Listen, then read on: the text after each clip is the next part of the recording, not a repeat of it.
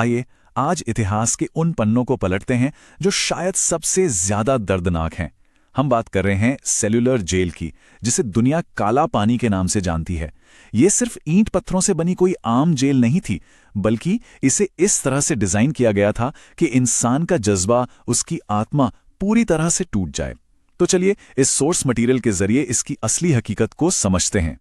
अब यहाँ सबसे अहम बात जो सामने आती है वो ये है कि इस जगह को आज़ादी के दीवानों के खिलाफ एक साइकोलॉजिकल वेपन यानी मनोवैज्ञानिक हथियार की तरह इस्तेमाल किया गया था।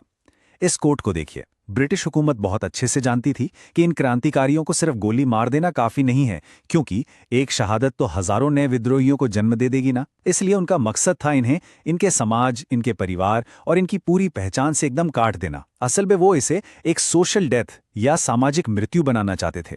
इस खौफ को गहराई से समझने के लिए हमें सबसे पहले उस नाम के पीछे छिपे सच को देखना होगा जिसने कैदियों के दिलों में दहशत भर दी थी, काला पानी। और देखिए कितनी चालाकी से हमारी ही प्राचीन धार्मिक मान्यताओं को एक हथियार में बदल दिया गया। काल का मतलब होता है मौत या समय। 500 ईसा पूर्व के बौधायन धर्मसूत्र जैसे ग्रंथों में समुद्र पार करना एक बहुत बड़ा धार्मिक पाप माना जाता था। सजा क्या थी? सीधा समाज से बेदखल कर देना। इस डर का इस कदर फायदा उठाया गया कि सोचिए, जब महात्मा गांधी भी पढ़ाई के लिए इंग्लैंड जा रहे थे तो सिर्फ समंदर पार करने की वजह से उन्हें भी सामाजिक बहिष्कार का सामना करना पड़ा था। तो अब एक बड़ा सवाल ये उठता है कि मुख्य भूमि से 1255 किलोमीटर दूर एक जेल बनाने के लिए इस खास भौगोलिक और धार्मिक डर का इस्तेमाल क्यों किया गया? हमारे सोर्सेस से ये बिल्कुल साफ हो जाता है कि बंगाल की खाड़ी के पार साउथ अंडमान के पोर्ट ब्लेयर में क्रांतिकारियों को अलग थलग करना ये कोई इत्तेफाक नहीं, बल्कि एक बहुत ही सोची समझी चाल थी। ये सिर्फ दूरी का मामला नहीं था, ये उन्हें ये महसूस कराने के लिए था कि अब उनका देश और उनका धर्म दोनों हमेशा हमेशा के लिए पीछे छूट गए हैं। अब जरा इस जेल की बनावट पर गौर करते हैं, जो 1896 में बननी शुरू हुई और जिसे पूरा होने में 10 साल का लंबा और दर्दनाक वक्त लगा। इस विशाल नंबर को देखिए, 30 लाख। जी हां, 30 लाख लाल ईंटें खासतौर पर बर्मा से मंगवाई गई थीं। लगभग 5,17,000 रुपए की भारी भरकम लागत से 7 विंग वाला 3 मंजिला एक विशाल भूल भुलैया जैसा ढांचा खड़ा किया गया। और सबसे बड़ी विडंबना क्या थी? इसे बनाने वाले कोई आम मजदूर नहीं थे, बल्कि ये वही कैदी थे जिन्हें बाद में इन्हीं दीवारों के पीछे हमेशा के लिए कैद होना था। इस पूरी बनावट ने एक बात पक्की कर दी थी, एक ऐसा दम घोटने वाला डर जो कैदियों के दिमाग में हमेशा हर पल बना रहे। ये असल में पेनोप्टिकॉन मॉडल पर आधारित था, जिसे 18वीं सदी में जेरेमी बेंथम ने डिजाइन किया था। ग्रीक माइथोलॉजी के आर्गस पेनोप्टिस से प्रेरित, जिसकी हजारों आंखें थी, बीच में एक विशाल वॉच टावर और उसके चारों तरफ 7 विंग्स।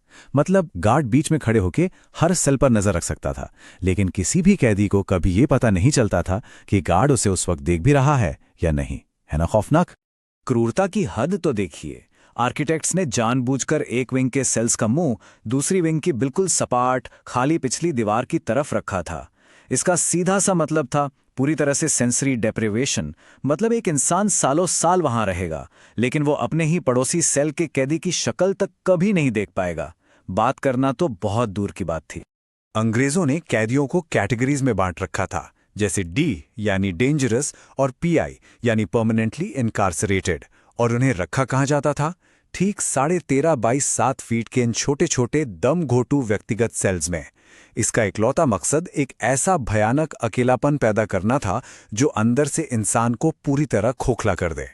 लेकिन ये तो सिर्फ शुरुआत थी।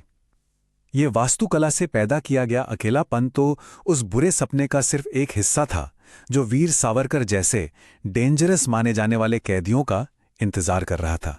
अंदर क्रूरता का एक पूरा सिस्टम, एक हायरार्की बनी हुई थी। सबसे ऊपर होता था ब्रिटिश जेलर, जैसे कि डेविड बेरी, जो खुद को पोर्ट ब्लेयर का भगवान कहता था। लेकिन आपको जानकर हैरानी होगी कि शारीरिक शोषण का यह गंदा काम ज्यादातर खुद कैदियों को ही आउटसोर्स कर दिया गया था।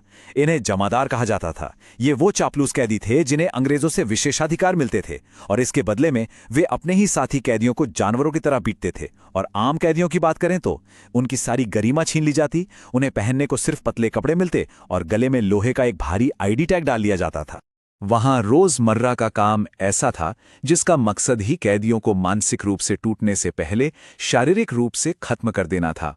वीर सावरकर अपनी किताब में इस दर्द को शब्दों में बयां करते हैं। वो लिखते हैं, नारियल छीलने से हाथों की खाल इस कदर निकल जाती थी कि खून बहने लगता था। और ये टेबल कोल्हू की उस अमानवीयता को बिल्कुल साफ कर देती है, जहां आमतौर पर एक बैल तेल की चक्की घुमाता है, काला पानी में एक जीते जागते इंसान को जानवर की तरह जोता जाता था।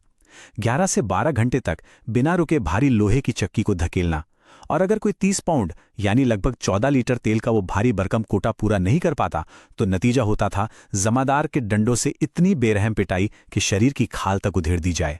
इंसान होने की जो बुनियादी गरिमा होती है वो भी वहां पूरी तरह से खत्म कर दी गई थी। शाम 6 बजे से सुबह 6 बजे तक कैदियों को सेल में बंद कर दिया जाता था और हर सेल में शौच के लिए सिर्फ एक छोटा सा मिट्टी का मटका रख दिया जाता था। सुबह होने पर कैदियों को अपनी वो गंदगी खुद साफ करनी पड़ती थी। और नाश्ते में क्या मिलता था? कीड़े मकोड़ों से भरा दलिया और ऐसा गंदा पानी जिसमें सच में कीड़े तैरते रहते थे। लेकिन इतनी भयानक निराशा और क्रूरता के बीच भी एक ऐसी कहानी जन्म ले रही थी जो हमें दिखाती है कि इंसानी जज्बा कभी हार नहीं मानता। 1933 की भूख हड़ताल इसी जज्बे की एक मिसाल है। इसने साबित कर दिया कि ये औपनिवेशिक ताकतें कैदियों के लड़ने की आग को पूरी तरह से नहीं बुझा सकती थीं।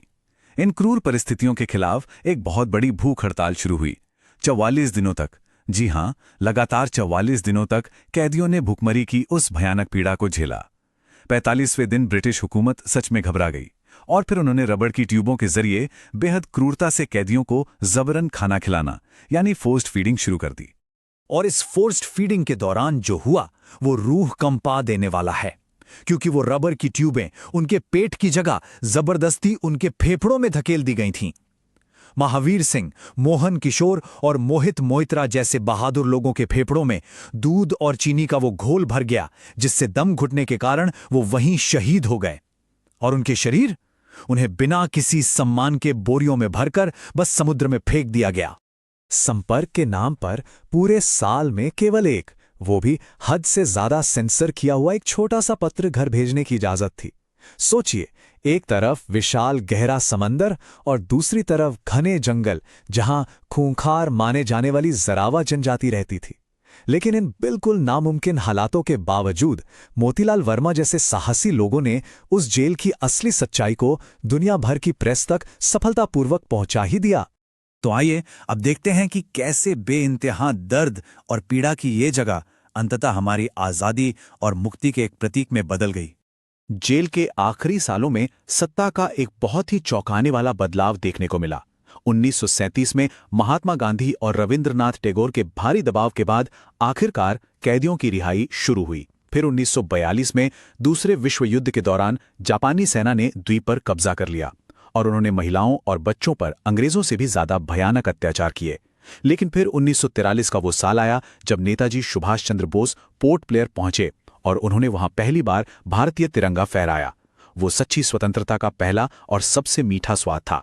अगर हम आज की बात करें तो उस मूल संरचना का केवल एक छोटा सा हिस्सा ही बचा है। उन 7 विंग्स में से 4 विंग्स तो या तो भूकंप से नष्ट हो गए या जापानी सेनाओं ने उन्हें तोड़ दिया। बची हुई 3 विंग्स आज एक राष्ट्रीय स्मारक यानी नेशनल मेमोरियल के रूप में खड़ी हैं, जहां आज भी लाइट एंड साउंड शो के जरिए अतीत की उन दर्दनाक आवाजों को गूंजते हुए महसूस किया जा सकता है। जिन दीवारों को कैदियों की आवाज हमेशा के लिए दबाने के लिए खड़ा किया गया था ना, वही दीवारें आखिरकार उनकी अदम्य कविताओं और उनकी विरासत का कैनवस बन गई। वीर सावरकर ने उन सेल की दीवारों पर कोयले के टुकड़ों से जो कविताएं लिखी थीं, वो आज भी वहां मौजूद हैं और हमारे लिए प्रेरणा का एक बहुत बड़ा स्रोत हैं। अंत में ये पूरा विश्लेषण हमें बहुत ही गहरे सवाल के साथ छोड़ जाता है। उन 13.5 बाई 7 फीट की दीवारों के भीतर जो खून, पसीना और अकल्पनीय मानसिक यातनाएं सही गईं, उन्हें देखते हुए आज जिस आज़ादी की खुली हवा में हम बिना किसी डर के सांस ले रहे हैं, उसकी असली और अमूल्य कीमत आखिर है क्या? ये हमें इस गहरे एहसास से भर देता है कि आज की हमारी आज़ादी की पूरी कीमत काला पानी के उस अंधेरे में दिए गए उन सर्वोच्च बलिदानों से चुकाई गई थी।